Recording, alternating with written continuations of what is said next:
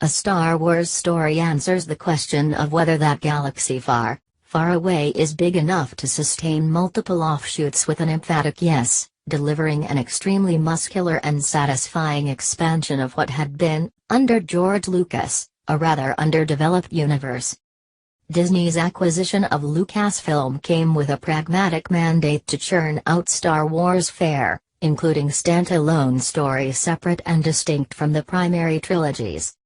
And Rogue One does feel different from the main movies, darker, grittier, much closer in tone to an old war movie. Indeed, the production notes draw appropriate comparisons to the 1961 World War II classic The Guns of Navarone, another film about a team of strong-willed individuals thrown together to undertake a secret mission against a malevolent empire.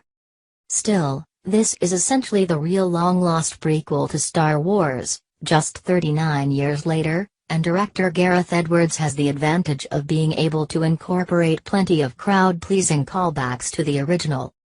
The ways in which the filmmakers managed to forge and realize some of those connections, even with modern technological conveniences, which include the ability to seamlessly replicate settings from the first film, will surely leave many audience members agog, and occasionally elicit whoops and hollers. And while some flourishes, like Darth Vader's sinister presence, have been revealed in advance, there are enough small touches thrown in to keep fans happily consuming the movie to collect them all.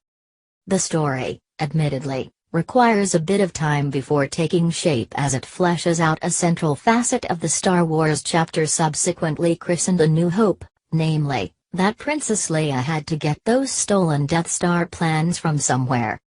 The backstory can be traced to a prologue, involving a scientist, Galen Rousseau, Mads Mikkelsen, and his young daughter, Jyn, played once she's grown up by Felicity Jones. Galen designed the Death Star, and he's yanked from retirement by Krennic, Ben Mendelsohn, a ruthless Imperial officer. Like a lot of cinematic orphans, meanwhile, Jyn has experienced a hard-knock life, before the daring rebel spy Cassian Andor, Diego Luna, recruits her, as the rebellion hopes to use Jyn to help uncover means of neutralizing the planet-destroying weapon. It all